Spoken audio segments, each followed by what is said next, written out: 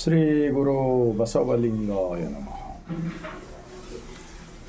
ವಿಶ್ವಗುರು ಮಹಾತ್ಮ ಬಸವಣ್ಣನವರನ್ನು, ವಿಶ್ವಜ್ಯೋತಿ ಅಕ್ಕ ಮಹಾದೇವಿರವರನ್ನು, ಸಕಲ ಶಿವಶರಣರನ್ನು ಎನ್ನ ಹೃದಯ ಮಂದಿರದಲ್ಲಿ ನಿಲ್ಲುತ್ತಾ ಭಾರತೀಯರೆಲ್ಲರಿಗೂ, ಜಗತ್ತದಲ್ಲಿರ್ತಕ್ಕಂಥ ಎಲ್ಲ ಮಾನವತಾವಾದಿಗಳೆಲ್ಲರಿಗೂ ಬಸವ ಕಲ್ಯಾಣದ ಅನುಭವ ಮಂಟಪ ಶರಣರ ನಾಡಿನಿಂದ ಈ ಮುಂಜಾನೆಯ 150 ಕೋಟಿ ಭಾರತೀಯರಿಗೆ ಶರಣ. ಈಗ ಒಂದು 4 ವಚನಗಳ ಮೂಲಕ ನಾವು ಆತ್ಮ ಅವಲೋಕನ ಮಾಡಿಕೊಳ್ಳೋಣ ದೇವರ ಕಲ್ಪನೆಯ ಬಗ್ಗೆ. ಮೊದಲನೇದಾಗಿ ಒಂದು ಅಲ್ಲಮ ಪ್ರಭುರವರ ವಚನ. ಕಲ್ಲ ಮನೆಯ ಮಾಡಿ, ಕಲ್ಲ ದೇವರು ಮಾಡಿ, ಆ ಕಲ್ಲ ದೇವರ ಮೇಲೆ ಆ ಕಲ್ಲಿನ ಮನೆ ಕೆಡೆದರೆ ಆ ದೇವರು ಎತ್ತ ಹೋದನು. ಲಿಂಗ ಪ್ರತಿಷ್ಠೆ ಮಾಡುವವರಿಗೆ ನಾಯಕ ನರಕ ತಪ್ಪದು ಗುಹೇಶ್ವರ. ಇದು ಒಂದು ವಚನ. ಇನ್ನೊಂದು ಅಲ್ಲಮ ಪ್ರಭುರವರ ವಚನ. ಅಘವಣಿ, ಪತ್ರಿ, ಪುಷ್ಪ, ಧೂಪ, ದೀಪ, ಆರತಿ, ನಿವಾಳಿಯಲ್ಲಿ ಪೂಜಿಸಿ ಪೂಜಿಸಿ ಪೂಜಿಸಿ ಬಳಲುತ್ತಿದ್ದಾರೆ ನೋಡಯ್ಯ. ಏನಂದರಿಯರು ಎಂತೆಂದರಿಯರು, ಜನ ಮರುಳು ಜಾತ್ರೆ ಮರುಳು ಎಂಬಂತೆ ಎಲ್ಲರೂ ಪೂಜಿಸಿ ಏನನ್ನೂ ಕಾಣದೆ ಲಯವಾಗಿ ಹೋದರು ಗುಹೇಶ್ವರ. ಇನ್ನೊಂದು ಬಸವಣ್ಣನವರ ವಚನ. ಮಡಿಕೆ ಮಾಡುವಡೆ ಮಣ್ಣೇ ಮೊದಲು, ತೊಡಿಗೆ ಮಾಡುವಡೆ ಹೊನ್ನೇ ಮೊದಲು, ಶಿವಪಥವನ್ನು ಅರಿವಡೆ ಗುರುಪಥವೇ ಮೊದಲು, ನಮ್ಮ ಕೂಡಲ ಸಂಗಮ ದೇವನನ್ನು ಅರಿವಡೆ ಶರಣರ ಸಂಘವೇ ಮೊದಲು, ಶರಣರ ಸಂಘವೇ ಮೊದಲು. ಇದು ಬಸವಣ್ಣನವರ ವಚನ. ಇನ್ನೊಂದು ಬಸವಣ್ಣನವರ ವಚನ. ನಿಜವಾಗಿರ್ತಕ್ಕಂಥ ದೇವನ ಕಲ್ಪನೆ ಬಗ್ಗೆ. ಕಲ್ಲಿನೊಳಗೆ ಹೊನ್ನುಂಟು, ಉದಕದೊಳಗೆ ಅಗ್ನಿ ಉಂಟು, ಹಾಲಿನೊಳಗೆ ತುಪ್ಪ ಉಂಟು, ಅಂತರ್ಯಾಮಿಯಲ್ಲಿ ಶಿವನಿರುವನು, ಇದೇನು ಕತ್ತಲೆ ಕಾಣಬಾರದು, ತೋರಬಲ್ಲ ಗುರು ಸುಳಿಯನು ಕೂಡಲ ಸಂಗಮ ದೇವ. ಇಂತಹ ಒಂದು ಸತ್ಯದ ವಚನಗಳನ್ನು ನಾವು ಅರ್ಥ ಮಾಡಿಕೊಳ್ಳಲಾರದೆ ಹೋದರೆ ಈ ಭಾರತ ದೇಶದಲ್ಲಿ, ಈ ಸ್ವತಂತ್ರ ಭಾರತ ದೇಶದಲ್ಲಿ ಇದ್ದರೂ ಕೂಡ ನಾವು ಗುಲಾಮಗಿರಿಯಲ್ಲೇ ಇದ್ದಂತೆ ಆಗುತ್ತದೆ. ಇವಾಗ ನಾನು 4 ವಚನಗಳನ್ನು ಏನು ಹೇಳಿದೆಯಲ್ಲ, ಇವತ್ತಿನ ಈ ವ್ಯವಸ್ಥೆ, ಈ ದೇವರು, ಗುಡಿ, ಜಾತ್ರೆ, ಈ ಹೊರಗಿನ ಆಡಂಬರದಿಂದ ಎಂದೆಂದಿಗೂ ನಮ್ಮ ಅಂತರಂಗದ ದೇವನ ದರ್ಶನ ಪಡೆಯಲು ಸಾಧ್ಯವೇ ಇಲ್ಲ ಎಂದು ಎಲ್ಲ ವಚನಗಳು ಹೇಳುತ್ತವೆ. ಆದ್ದರಿಂದ ನಾನು ಒಂದೇ ಒಂದು ವಿನಂತಿ ಮಾಡಿಕೊಳ್ತೇನೆ. ಈಗ ನಾನು ಹೇಳಿರ್ತಕ್ಕಂಥ ಈ 4 ವಚನಗಳು ಇವತ್ತೇನೋ ಉತ್ತರ ಪ್ರದೇಶದಲ್ಲಿ ಅಯೋಧ್ಯದಲ್ಲಿ ಆ ರಾಮನ ಗುಡಿ ಕಟ್ಟುವ ಸಲುವಾಗಿ ಬಹಳಷ್ಟು ಜಗಳಗಳು, ಕಿರಿಕಿರಿ, ದ್ವೇಷಗಳು ಬಹಳಷ್ಟು ಆಗಿ ಹೋಗಿವೆ. ಎಷ್ಟೋ ಜನರು ಸಾವಿಗೀಡಾಗಿದ್ದು ಕೂಡ ನಾವು ನೋಡಿದ್ದೇವೆ ಮಾಧ್ಯಮದ ಮೂಲಕ. ಈಗ ಅದೇ ಗುಡಿ ಕಟ್ಟಿ ಅಲ್ಲಿಂದ ಎಲ್ಲವನ್ನು ನಾವು ನೋಡಿದಾಗ ನಮಗೆ ಮತ್ತೆ ಮತ್ತೆ ಮತ್ತೆ ಮತ್ತೆ ಅಲ್ಲಿಂದ ಕಳ್ಳತನ, ಮೋಸ, ವಂಚನೆ, ಆ ದುಡ್ಡಿನ ಮೂಲಕ ರಾಜಕೀಯ ಮಾಡೋದು ಎಲ್ಲ ನೋಡಿದಾಗ ಮತ್ತೆ ಮತ್ತೆ ಮತ್ತೆ ಮತ್ತೆ ಮಹಾತ್ಮ ಬಸವಣ್ಣನವರು ಸ್ಥಾಪಿಸಿದ 12ನೇ ಶತಮಾನದ ಪ್ರಧಾನಮಂತ್ರಿ ಆಗಿದ್ದುಕೊಂಡು ಅನುಭವ ಮಂಟಪದ ಶರಣರ ವಚನಗಳೇ ನಮಗೆ ನೆನಪಿಗೆ ಬರ್ತಾ ಇವೆ.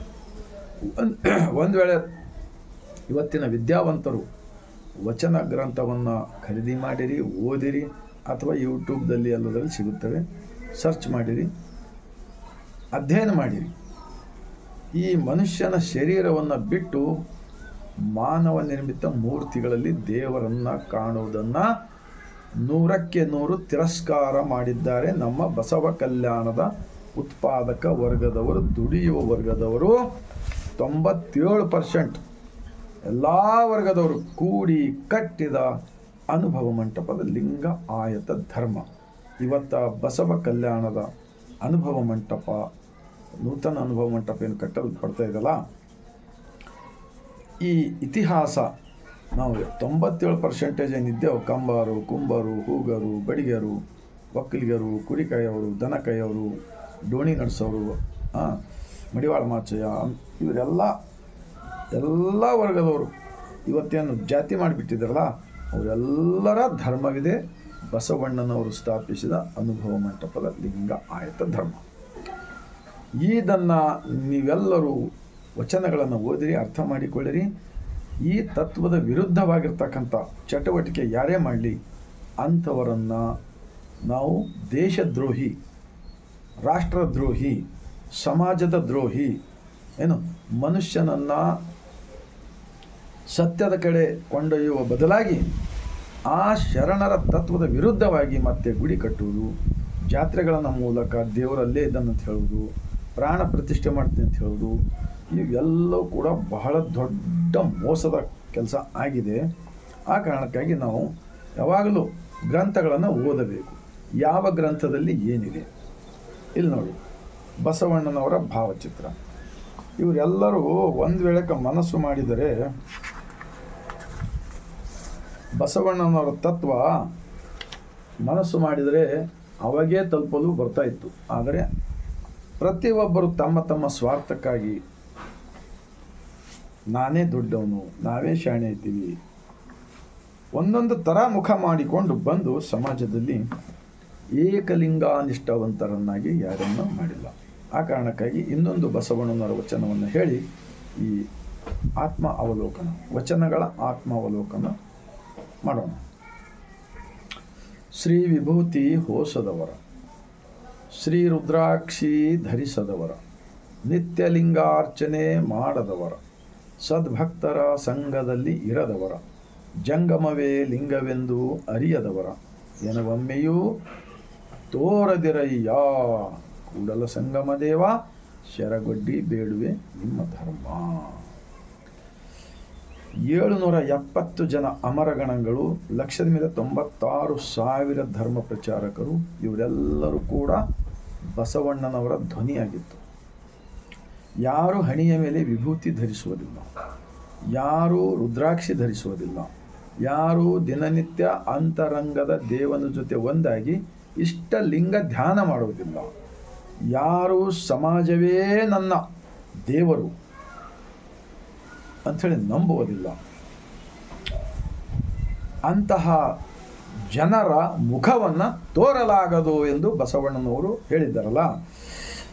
ಬಸವಾದಿ ಶಿವಶರಣರ ಹಿಂದೂ ಸಮಾವೇಶವನ್ನು ಮಾಡಿದ್ದಾರಲ್ಲ ಬಸವ ಕಲ್ಯಾಣದಲ್ಲಿ. ಈ ಎಲ್ಲ ವಿಚಾರಗಳನ್ನು ನಾವು ಅನುಭವ ಚಿಂತನೆ ಮಾಡಿದ ನಂತರ ಅದೊಂದು ಮತ್ತೆ ಮತ್ತೆ ಬಸವಣ್ಣನವರ ತತ್ವ ಬೆಳೆಯಲಾರದಂತೆ ಮಾಡುವ ಒಂದು ದೊಡ್ಡ ಕುತಂತ್ರವಿದೆ.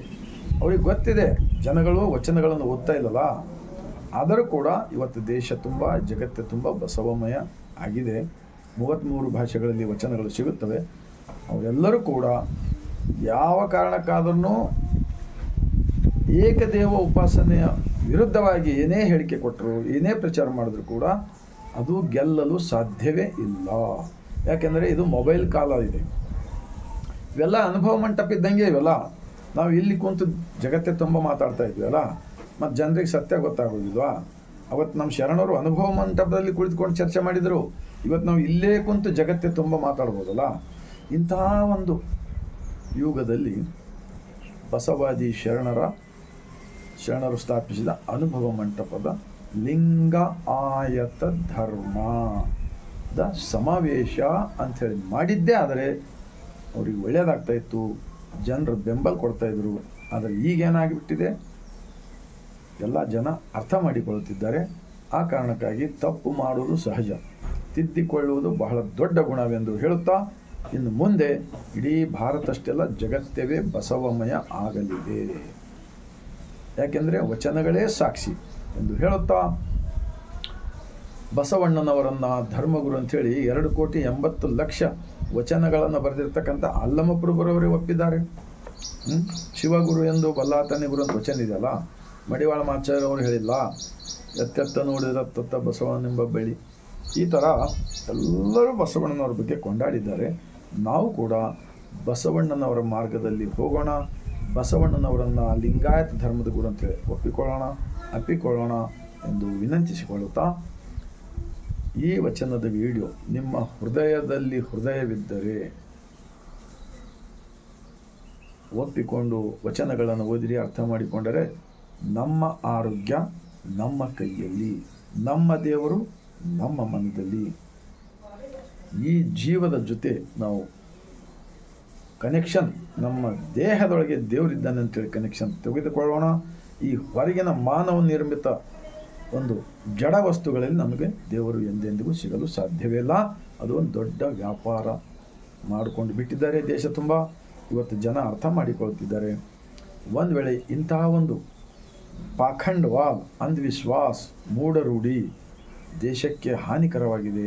ಆ ಕಾರಣಕ್ಕಾಗಿ ಪ್ರತಿಯೊಂದು ಗ್ರಾಮ ಪಟ್ಟಣಗಳಲ್ಲಿ ಬಸವ ಮಂಟಪಗಳು ಆಗಬೇಕು, ಅನುಭವ ಮಂಟಪಗಳು ಆಗಬೇಕು, ಸರ್ಕಾರ ಕಡೆಯಿಂದಲೇ ಆಗಬೇಕು. ಸರ್ಕಾರದವರೇ ಒಂದು ಎಷ್ಟೇ ಜಾಗವಿರಲಿ, 30-40 ಆಗಲಿ, ಅದಕ್ಕಿಂತ ದೊಡ್ಡದಾಗಲಿ, 1 ಎಕರಾಗಲಿ, ಅರ್ಧ ಎಕರಾಗಲಿ, ಬಸವಾದಿ ಶರಣರ ಒಂದು ತತ್ವ ಪ್ರಚಾರಕ್ಕಾಗಿ ಸರ್ಕಾರದವರೇ ಇದಕ್ಕೆ ಸಹಾಯ ಮಾಡಬೇಕು. ಈಗ ಸಾಂಸ್ಕೃತಿಕ ನಾಯಕ ಅಂಥೇಳಿ ಸರ್ಕಾರದವರೇ ಘೋಷಣೆ ಮಾಡಿದ್ದಾರೆ ನಮ್ಮ ಬಸವಣ್ಣನವರನ್ನು, ಶರಣರನ್ನು. ಮತ್ತು ಎಲ್ಲ ಸರ್ಕಾರಿ ಕಚೇರಿಗಳಲ್ಲಿ ಮಹಾತ್ಮ ಬಸವಣ್ಣನ ಭಾವಚಿತ್ರ ಹಾಕಲು ಆದೇಶಿಸಿದ್ದಾರೆ. ಈಗ ಸರ್ಕಾರದ ವತಿಯಿಂದಲೇ ಅನುಭವ ಮಂಟಪ ಕಟ್ಟಡ ನಿರ್ಮಾಣ ಆಗ್ತಾಯಿದೆ. ಎಲ್ಲವೂ ನೋಡಿದ ಬಳಿಕ ನಮ್ಮ ಭಾರತ ದೇಶದ ಸರ್ವರ ಕಲ್ಯಾಣಕ್ಕಾಗಿ ಅನುಭವ ಮಂಟಪದ ಶರಣರು ಸ್ಥಾಪಿಸಿದ ಲಿಂಗ ಆಯತ ಧರ್ಮ ಏನು ಹೇಳಿಕೊಡ್ತಂದರೆ, ನಮ್ಮ ಅರಿವೇ ನಮಗೆ ಗುರು, ನಮ್ಮ ದೇಹವೇ ನಮಗೆ ದೇವಸ್ಥಾನ, ನಮ್ಮ ಕಾಯಕವೇ ನಮಗೆ ಕೈಲಾಸ. ನಾವು ದುಡಿದರೆ ಮಾತ್ರ ನಮಗೆ ಅನ್ನ ಸಿಗುತ್ತದೆ. ಆ ಅನ್ನದಾತ ಎಲ್ಲರಿಗೂ ಒಬ್ಬನೇ, ಎಲ್ಲರ ಒಳಗೂ ಕೂಡ ಒಬ್ಬನೇ. ಈ ಸತ್ಯವನ್ನು ನಾನು ಕಳೆದ 27 ವರ್ಷದ ಹಿಂದೆ ತಿಳಿದುಕೊಂಡಿದ್ದೇನೆ. ಸರಳವಾದ ಭಾಷೆಯಲ್ಲಿ ಕನ್ನಡದ ವಚನಗಳನ್ನಿರುವುದರಿಂದ ಈಗ ಪ್ರತಿಯೊಬ್ಬರೂ